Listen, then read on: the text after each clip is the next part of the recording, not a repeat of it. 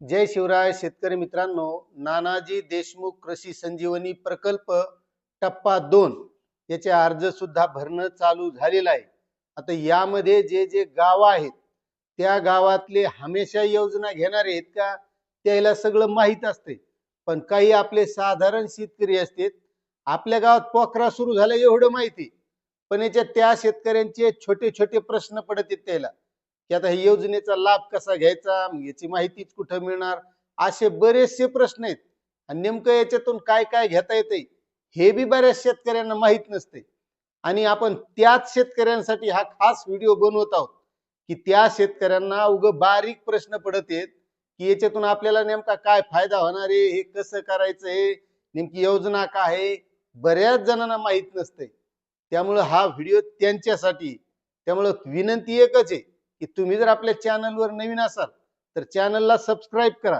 कारण नानाजी देशमुख कृषी संजीवनी प्रकल्पाच्या बाबत आपण या चॅनलच्या माध्यमातून सगळ्या ज्या काही योजना असतात, ज्या ज्या योजनाचा ज्या ज्या शेतकऱ्याला फायदा घेता येईल, मग तो फळबागेचा शेतकरी असो, कोरडवाहू शेतकरी असो किंवा भाजीपाल्यावाला शेतकरी असो, सगळ्यासाठी याच्यातून आपल्याला काय काय घेता येईल, म्हणजे नेमका कोणत्या गोष्टीसाठी काय अनुदान आहे, कोणत्या गोष्टीचा काय फायदा आहे, हे सगळं आपण या चॅनलच्या माध्यमातून सांगित असतो.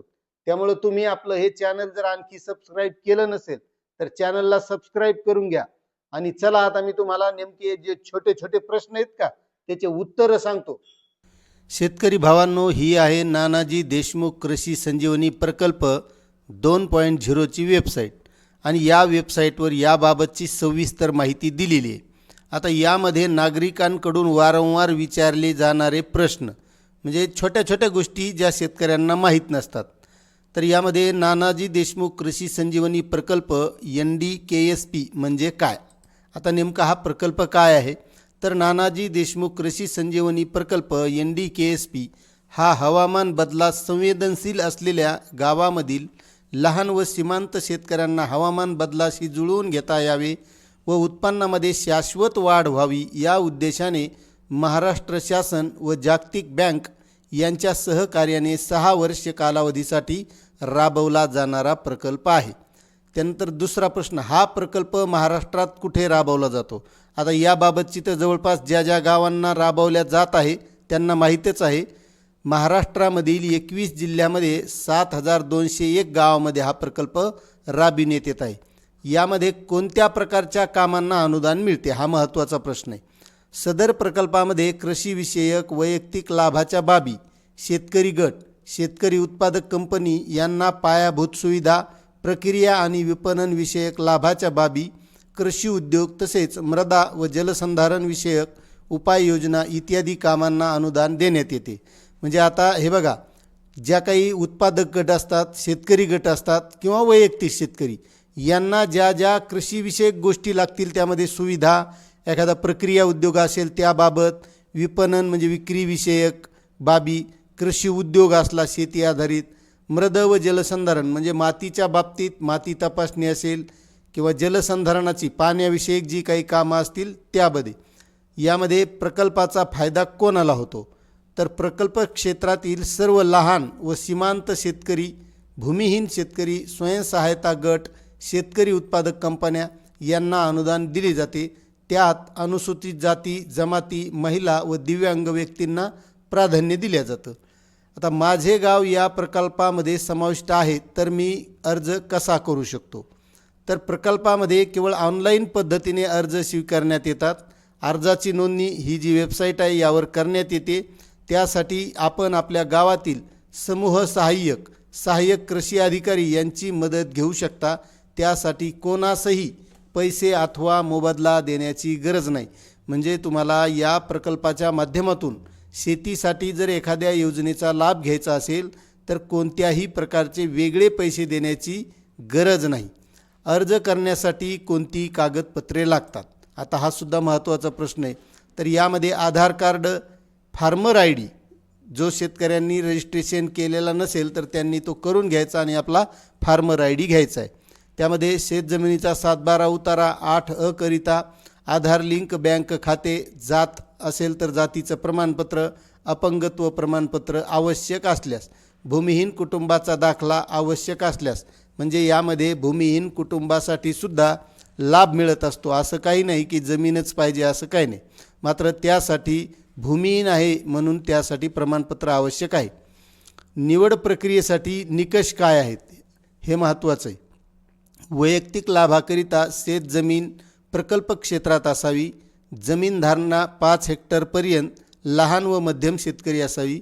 गटशेती किंवा FPC करिता प्रकल्पांतर्गत निवड झालेल्या जिल्ह्यातील शेतकरी गट, शेतकरी उत्पादक कंपनी असावी. आता यामध्ये एक महत्त्वाचा मुद्दा आहे की प्रकल्प क्षेत्रात जमीन असावी. आता काही शेतकऱ्याचं असं असतं की त्यांची जमीन त्या गावात नसते, जे गाव त्या प्रकल्पात आहे तो रहिवासी त्या गावचा आहे, मात्र जमीन म्हणजे शिवार आपलं दुसऱ्या गावात आहे. तर अशा वेळेस त्या जमिनीचा उपयोग होणार नाही. त्या प्रकल्पाच्या गावात जी जमीन असेल आणि तिची मर्यादा ही 5 हेक्टरच्या आत असली पाहिजे, त्याच शेतकऱ्यांना लाभ घेता येतो. शासनाकडून मला अनुदान कसे व कधी प्राप्त होईल? आता महत्त्वाचा मुद्दा आहे. आपण ऑनलाईन अर्ज केल्यानंतर खालीलप्रमाणे कार्यवाही लक्षात घ्या. अर्ज ग्राम कृषी विकास समितीसमोर मंजुरीसाठी ठेवण्यात येईल. म्हणजे आपण ऑनलाईन केल्याच्या नंतर मंजुरीनंतर प्रकल्पाचे संबंधित अधिकारी प्रकल्प स्थळाची पाहणी करतील. स्थळ निश्चितीनुसार घटक राबविण्यासाठी पूर्वसंमती दिली जाईल. पूर्वसंमती प्राप्त झाल्यानंतर आपण प्रकल्पाची अंमलबजावणी करावी लागेल. यासाठी कोणतीही रक्कम अगोदर दिली जाणार नाही. म्हणजे आपल्याला ज्या काही योजनेचा लाभ घ्यायचा आहे तो आपल्याला स्वखर्चानं अगोदर करावा लागणार आहे. काम पूर्ण झाल्यावर झालेल्या कामाचे बिल ऑनलाईन अपलोड करून अनुदानाची मागणी करावी लागेल. संबंधित अधिकारी मोका तपासणी करतील आणि तपासणीनुसार मार्गदर्शक सूचनेप्रमाणे देय अनुदान आपले आधार लिंक बँक खात्यावर जमा केले जाणार आहे. म्हणजे आपल्याला अगोदर आपलं जे काही काम असेल ते करावे लागेल आणि त्यासाठी मग जे बिल आहे ते अपलोड केल्याच्या नंतर आपल्याला त्याबाबतचे अनुदान मिळणार आहे. मृद व जलसंवर्धनाची कोणती कामे करण्यात येतील? क्षेत्र उपचार, ओघळीवरील उपचार, भूजल पुनर्भरण इत्यादी संदर्भातील कृषी विभागामार्फत राबवित येणारी कामे प्रकल्पांतर्गत समाविष्ट गावामध्ये करण्यात येतील. आता भूमिहीन शेतकऱ्यांना यामध्ये काय लाभ मिळतो? होय, भूमिहीन कुटुंबाकरिता शेळीपालन, कुक्कुटपालन अशा पूरक उपजीविकेच्या स्वरूपात मदत मिळत असते. म्हणजे त्यांना शेळीपालन करता येतं आणि कुक्कुटपालनसुद्धा या माध्यमातून करता येतं. आता प्रकल्पामध्ये महिला शेतकऱ्यांसाठी विशेष तरतूद आहे का? तर हो, महिला गटांना प्राधान्य दिले जाते. प्रशिक्षण मिळतं आणि अनुदानसुद्धा मिळत असतं. प्रकल्पाचा लाभ घेऊन उत्पन्न वाढ कशी साधता येईल?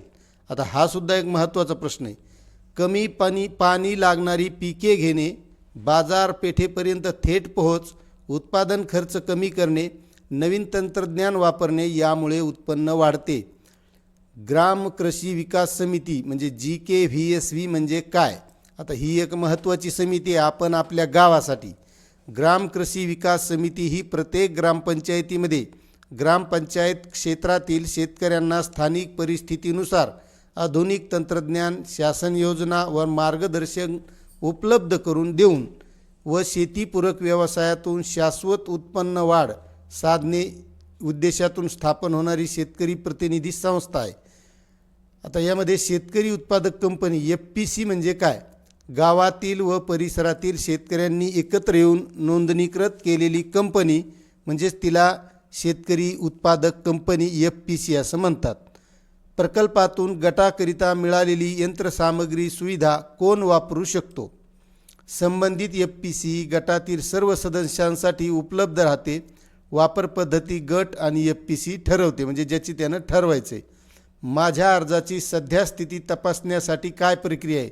म्हणजे तुम्ही जर अर्ज केला तर तुमचा अर्ज कोणत्या स्टेजला आहे हे कसं कळणार?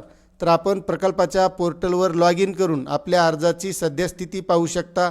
तसेच प्रक्रियेच्या विविध टप्प्यावर आपणास SMS द्वारे अर्जाची स्थितीसुद्धा कळवण्यात येते. मला घटक राबविण्यासाठी काय कालमर्यादा असेल? आपण अर्ज केल्यावर मार्गदर्शक सूचनेनुसार प्रकल्प राबविण्यासाठीचा कालावधी पूर्वसंमतीपत्रात नमूद केलेला असेल. तसेच प्रक्रियेच्या विविध टप्प्यावर SMS द्वारे देखील कालमर्यादा कळविण्यात येणार आहे. मला घटक राबविण्यासाठीच्या मार्गदर्शक सूचना कुठे पाहता येतील? आता महत्त्वाचा मुद्दा आहे. प्रकल्पातील घटकांच्या मार्गदर्शक सूचना प्रकल्पाच्या या वेबसाईटवर सविस्तर दिलेल्या आहेत. गाईडलाईन्स त्याच्या ज्या असतील त्या आपण वेळोवेळी त्या बघणारच आहोत. इतर शासकीय योजनेमधून मिळालेल्या घटकाकरिता प्रकल्पामध्ये लाभ घेता येईल का? हा सुद्धा महत्त्वाचा प्रश्न आहे, कारण बऱ्याचशा शेतकऱ्यांनी अगोदर लाभ घेतलेला असतो. एकाच घटकासाठी 2 वेळा लाभ घेता येणार नाही असं स्पष्ट दिलेलं आहे. मला समजा तक्रार या बाबतीत नोंदवायची असेल तर कशी नोंदवायची? आता बऱ्याच काही शेतकऱ्यांना अडवणूक म्हणा काही किंवा काही तक्रारी असू शकतात. अशा वेळेस संबंधित ग्राम कृषी विकास समिती, तालुका कृषी कार्यालय किंवा जिल्हा अधीक्षक कृषी कार्यालय येथे तक्रार दाखल करता येईल. त्याशिवाय प्रकल्पाच्या अधिकृत संकेतस्थळावर म्हणजे जे काही वेबसाईट आहे या वेबसाईटवरच आपल्याला एक लिंक आहे, त्यावर जाऊन सुद्धा नोंदवता येते. शेतकऱ्यांना हवी असलेली सर्व माहिती मोबाईलवर मिळेल काय? तर हो, मोबाईलवर एकत्रित सर्व माहिती पाहता येईल आणि यासाठी आपल्याला AI चॅटबॉटसुद्धा दिलेला आहे. हे इथं जे खाली दिसतंय का मला प्रश्न विचारा दिसते, यावर सुद्धा आपण आपल्या अडचणी विचारू शकतात. आता यासाठी पुन्हा अधिक माहितीसाठी कुठे संपर्क करायचा?